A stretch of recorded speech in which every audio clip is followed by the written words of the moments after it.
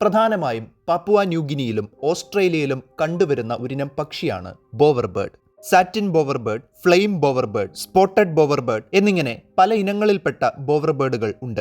ആൺ flame bower പക്ഷികൾക്ക് പെൺ ബോവർ പക്ഷികളെ അപേക്ഷിച്ച് മഞ്ഞ, ഓറഞ്ച്, ചുവപ്പ്, കറുപ്പ് എന്നിങ്ങനെ വിവിധ നിറങ്ങൾ ഇടകലർന്ന വർണ്ണശബളമായ ശരീരമാണ് ഉള്ളത്. പെൺ ബോവർ പക്ഷികളുടെ ശരീരത്തിലാകട്ടെ ഇത്രയും വർണ്ണവൈവിധ്യങ്ങൾ കാണാൻ സാധിക്കില്ല. ഇങ്ങനെയൊക്കെയാണെങ്കിലും ആൺ ബോവർ പക്ഷികൾ തൻ്റെ ഇണയെ വളയ്ക്കാനായി കാട്ടിക്കൂട്ടുന്ന തത്രപ്പാടുകൾ ഒന്ന് കാണേണ്ടത് തന്നെയാണ്. തൻ്റെ ഇണയെ ആകർഷിക്കുന്നതിനായി ആൺ ബോവർ പക്ഷികൾക്ക് പഠിച്ച പണി 18 പയറ്റേണ്ടതായിട്ടുണ്ട്.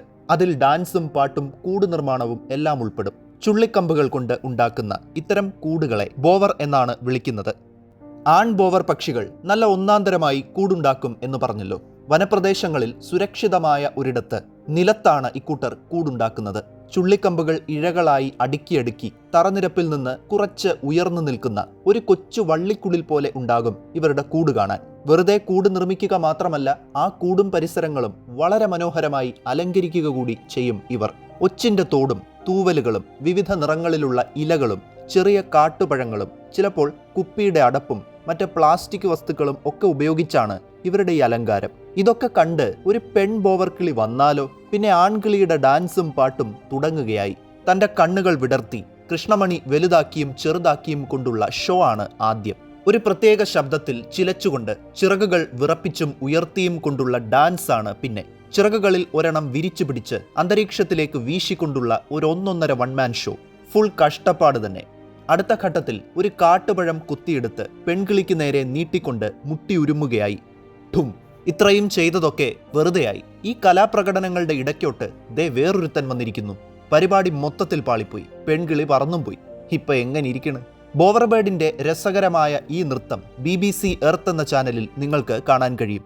ഭൂമിയിലുള്ള ഓരോ ജീവികൾക്കും വ്യത്യസ്തങ്ങളായ മേറ്റിംഗ് സിസ്റ്റംസ് അഥവാ ഇണചേരൽ രീതികൾ ഉണ്ട്. ഇത്തരത്തിൽ പ്രകൃതിയിൽ 4 പ്രധാനപ്പെട്ട മേറ്റിംഗ് സിസ്റ്റങ്ങളാണ് നിലവിലുള്ളത്. 1. പോളിഗൈനി. പോളി എന്ന വാക്കിന്റെ അർത്ഥം ഒരുപാട് എന്നാണ്. ഗൈനി എന്നാൽ പെണ്ണ് അഥവാ ഫീമെയിൽ എന്നാണ് അർത്ഥം.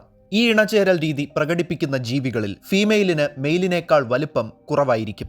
ഉദാഹരണമായി എൽക്കുകളെ പോലെയുള്ള മാനുകളുടെ കാര്യമെടുത്താൽ ആൺമാനുകൾക്ക് പെൺമാനുകളെക്കാൾ വലുപ്പവും വലിയ കൊമ്പും ഉണ്ടാകും. എലഫന്റ് സീൽ, എൽക്കുകളെ പോലെയുള്ള മാനുകൾ, സിംഹം, സീബ്ര, കുതിരകൾ, ചിലയിനം തവളകൾ, പക്ഷികൾ, മത്സ്യങ്ങൾ എന്നിവർ പിന്തുടരുന്ന ഒരു മേറ്റിംഗ് സിസ്റ്റമാണ് പോളിഗൈനി. ഇതനുസരിച്ച് ഒരു ബ്രീഡിംഗ് സീസണിൽ ഒരു മെയിലിന് ഒന്നിൽ കൂടുതൽ ഫീമെയിലുകളുമായി ഇണചേരാൻ കഴിയും.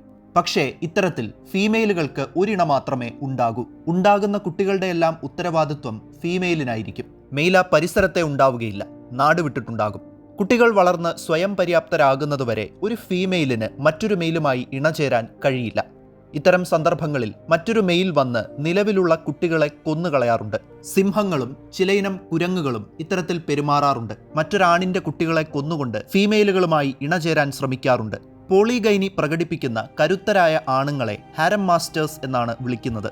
ബോവർ ബേർഡിനെ പോലെയുള്ള ചിലയിനം പക്ഷികൾ പെൺപക്ഷികളെ ലക്ക് എന്ന് വിളിക്കുന്ന തങ്ങളുടെ വാസസ്ഥലങ്ങളിലേക്ക് ആകർഷിച്ച് വിളിച്ചു വരുത്തുന്നതിനു വേണ്ടി ഡാൻസ് കളിക്കുകയും പാട്ടുപാടുകയും ഒക്കെ ചെയ്യാറുണ്ട്. എന്നിട്ട് അവിടേക്കെത്തുന്ന ഫീമെയിലുകളുമായി അവർ ഇണചേരും. കമ്മ്യൂണൽ കോർട്ടിംഗ്, കോർട്ട്ഷിപ്പ് ബിഹേവിയർ എന്നെല്ലാം ഇതറിയപ്പെടുന്നു. 2. പോളിയാൻഡ്രി. പോളി എന്നാൽ ഒരുപാടെന്നും ആൻഡ്രി എന്നാൽ മെയിലെന്നും ആണ് അർത്ഥം. ഈ രീതി പ്രകടിപ്പിക്കുന്ന ജീവികളിൽ മെയിലിന് ഫീമെയിലിനേക്കാൾ വലുപ്പം കുറവായിരിക്കും. തേനീച്ചകൾ ഇതിനൊരു ഉദാഹരണമാണ്. ഒരു റാണി തേനീച്ച ഒന്നിലധികം ഡ്രോൺസ് അഥവാ ആൺ തേനീച്ചകളുമായി ഇണചേരും. സാധാരണഗതിയിൽ റാണിയുമായി ഇണചേർന്നതിനു ശേഷം ആൺ തേനീച്ച ചത്തുപോകും. ചിലയിനം പക്ഷികളും മത്സ്യങ്ങളും ഷഡ്പദങ്ങളും സസ്തനികളുമാണ് പോളിയാൻഡ്രി പ്രകടിപ്പിക്കാറുള്ളത്. പോളിയാൻഡ്രിയിൽ കുട്ടികളുടെ ചുമതല മെയിലിനും കൂടി ഉള്ളതാണ്. 3. മോണോഗ്യാമി. മോണോഗ്യാമി പ്രകാരം ഒരു ബ്രീഡിംഗ് സീസണിൽ മെയിലിനാണെങ്കിലും ഫീമെയിലിനാണെങ്കിലും ഒരിണ മാത്രമേ ഉണ്ടാവുകയുള്ളൂ. ചിലയിനം മീനുകളും ഉഭയജീവികളും ഉരകങ്ങളും സസ്തനികളുമൊക്കെ മോണോഗ്യാമി പ്രകടിപ്പിക്കാറുണ്ടെങ്കിലും പക്ഷികൾക്കിടയിലാണ് ഇത് സാധാരണയായി കണ്ടുവരാറുള്ളത്. ഇവിടെ മെയിലിനും ഫീമെയിലിനും ഒരേ ശരീരവലുപ്പം ആയിരിക്കും. കുട്ടികളെ വളർത്തിയെടുക്കുന്ന പ്രക്രിയയിൽ മെയിലും ഫീമെയിലും ഒരുപോലെ പങ്കെടുക്കും. ഇവിടെ ആണുങ്ങൾ മറ്റൊരിണയെ തിരഞ്ഞു പോകാനുള്ള സാധ്യതയുണ്ട്. പക്ഷേ പെണ്ണുങ്ങൾ അതിന് സമ്മതിക്കാറില്ല. ഫീമെയിൽ എൻഫോഴ്സ്ഡ് മോണോഗ്യാമി എന്ന് ഈ രീതി അറിയപ്പെടുന്നു. 4. പ്രൊമിസ്ക്വസ് മേറ്റിംഗ് സിസ്റ്റംസ് അഥവാ പ്രൊമിസ്ക്വിറ്റി.